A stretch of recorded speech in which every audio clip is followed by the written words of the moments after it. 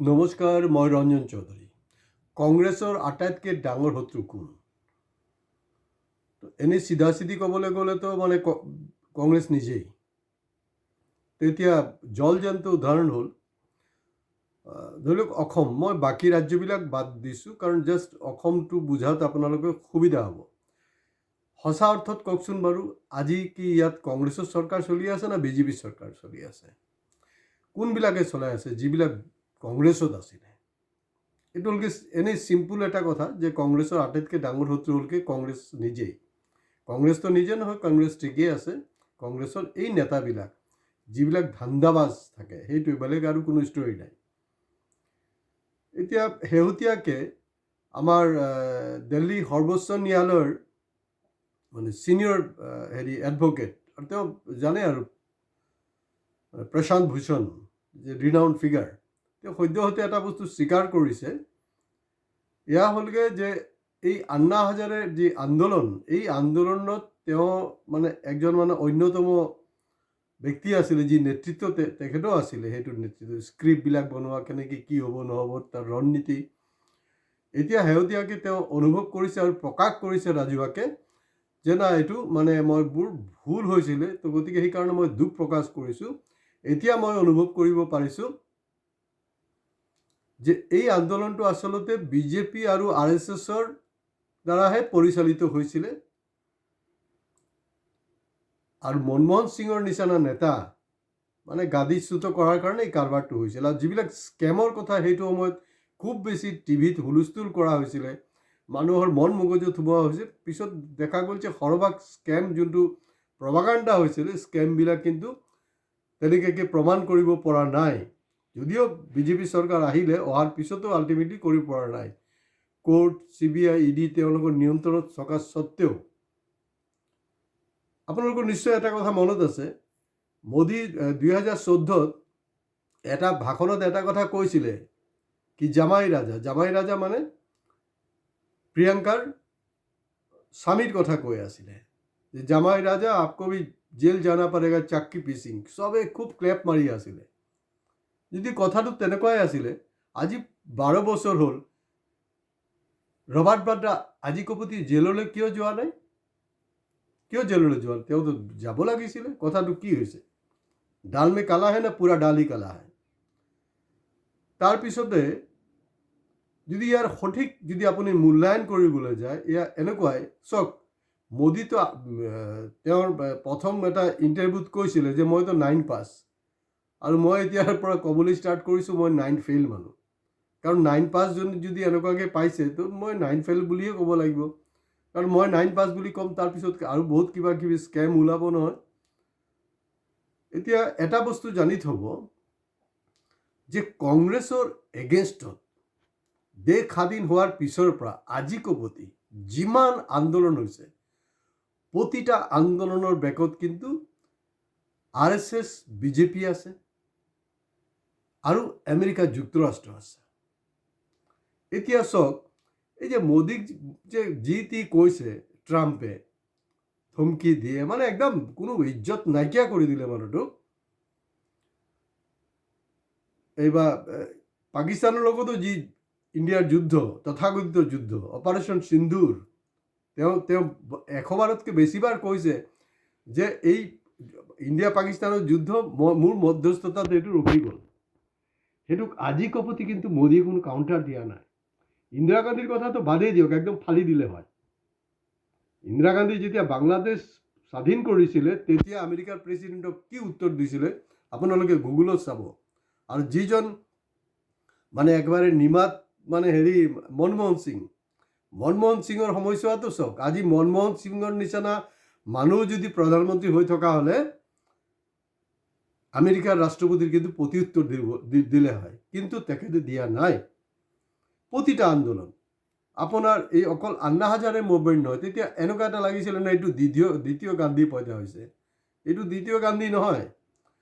আৰু মইতো 9 ফেইল কেলৈ কৈ আছোঁ? তেওঁ সুপ্ৰিম কোৰ্টৰ একজন ছিনিয়ৰ এডভকেট। মইতো কেতিয়াবাৰ পৰাই কৈ আছোঁ, 2012 নহয়, তাৰ আগৰ পৰা কৈ আছোঁ এই কথা বতৰাবিলাক।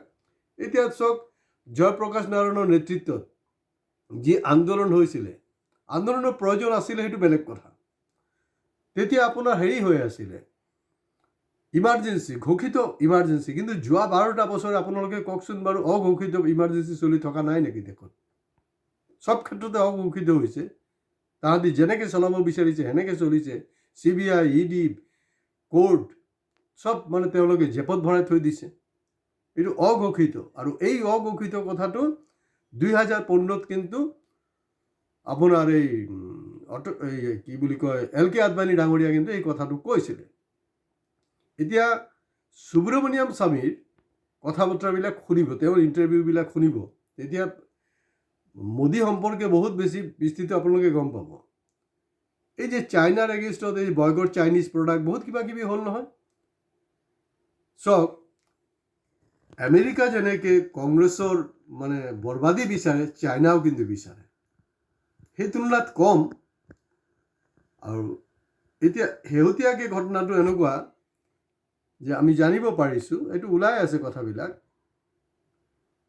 যে আপোনাৰ পলিট ব্যুৰ' মানে একদম টপ লিডাৰশ্বিপ কমিউনিষ্ট পাৰ্টিৰ চাইনাৰ, তেওঁলোক RSS হেডকোৱাৰ্টাৰত আহি আলোচনাত মিলিত হৈছে। এইটো কেনেকুৱা হৈ আছে কথাবিলাক চিন্তা কৰকচোন, কাৰবাৰটো কি হৈছে।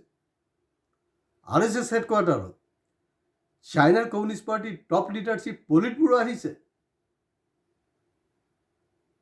তাত এই আজি যেতিয়া আপোনাৰ সেই বাংলাদেশ পাকিস্তানক যেতিয়া ইন্দিৰা গান্ধী 2 টুকুৰা কৰিছিলে, তেতিয়া সেইটোৰ বিপক্ষত মানে পাকিস্তানটো আছিলে, যুঁজিছিলেই, চাইনাও আছিলে, আমেৰিকাও আছিলে। এতিয়া এই তেওঁ মুখ্যমন্ত্ৰী হৈ থকা অৱস্থাত এই আমাৰ কি বুলি কয় মোদী ডাঙৰীয়া মুখ্যমন্ত্ৰী হৈ থকা অৱস্থাত চাইনাত 11 বাৰ কিহৰ কাৰণে গৈছিলে সেইটো কওকচোন বাৰু। এইবিলাক জল পটপট।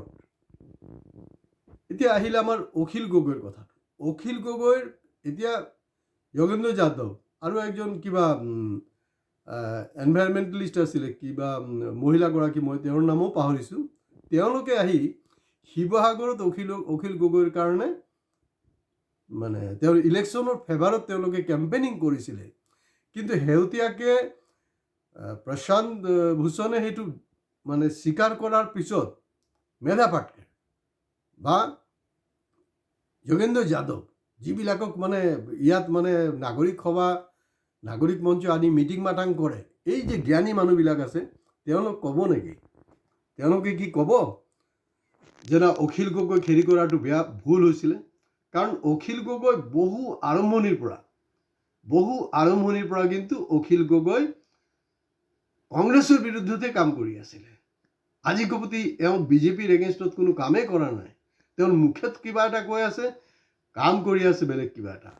আৰু লাষ্ট কথাটো হ'ল এনেকুৱা, অখিল গগৈ চাব, এই যে আন্না মুভমেণ্ট যে হৈছিলে নহয়, অসমৰ পৰা খুব সম্ভৱ তেখেতো একজন প্ৰতিনিধি, যাক আন্না হাজাৰেৰ আন্দোলনৰ আশে পাশে দেখা গৈছিলে।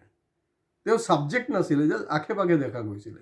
ঠিক তেনেকৈ হিমন্ত বিশ্ব শৰ্মাও কিন্তু অসমত যেতিয়া আমাৰ অসম আন্দোলন হৈছিলে, তেতিয়া অসম আন্দোলনৰ নেতৃত্বৰ আশে পাশে কিন্তু তেখেতকো ফুৰিবলৈ দেখা গৈছিলে। এই কথাবিলাক কিন্তু আপোনালোকে অলপ মনত পেলাওক। তো গতিকে কংগ্ৰেছো যেতিয়া এলায়েন্স কৰিব, এলায়েন্স কৰোঁতে কিন্তু এই ঘৰ শত্ৰু বিভীষণক লৈ যদি কৰে, এনেতো অহাৰ সম্ভাৱনা যথেষ্ট কম 26ত। কাৰণ দেখকে বিজেপি আহি আছে। যোনে যি কৰক, আপোনালোকে সেইটো নাভাবিব যে মই ইউ টাৰ্ণ লৈছোঁ। মই ইউ টাৰ্ণ লোৱা নাই, মই বাস্তৱ। কাৰণ মই কোনো এটা পাৰ্টিৰ মুখপাত্ৰ নহয়, মই কোনো এটা পাৰ্টিত ফৈদৰ হৈ কাম নকৰোঁ আৰু কথা নাপাতোঁ। সেইকাৰণে মই ডাঠি ক'ব পাৰিছোঁ যে এই কাৰবাৰটো হৈ আছে। আৰু ইভেন ইমাৰ্জেঞ্চিৰ সময়তো CIA, ইমাৰ্জেঞ্চিৰ সময়তো এই RSS কওক বা হেৰিবিলাকে, তেওঁলোকে জনসংঘ, এই মানুহবিলাক আমেৰিকাৰ লগত টাচত আছিলে, তেওঁলোকে টাইম টু টাইম তাত গৈছে। এইবিলাক মানে তথ্যত থকা বস্তু, মই এনেই যে কিবা এটা বকি আছোঁ তেনেকুৱা নহয়। তো গতিকে যেতিয়াই কংগ্ৰেছৰ বিৰুদ্ধে কিবা এটা আন্দোলন হ'ব, আপুনি কিন্তু মই এইটো কোৱা নাই যে কংগ্ৰেছ ধোৱা তুলসী পাত বুলি। কংগ্ৰেছ ধোৱা তুলসী পাত নহয়।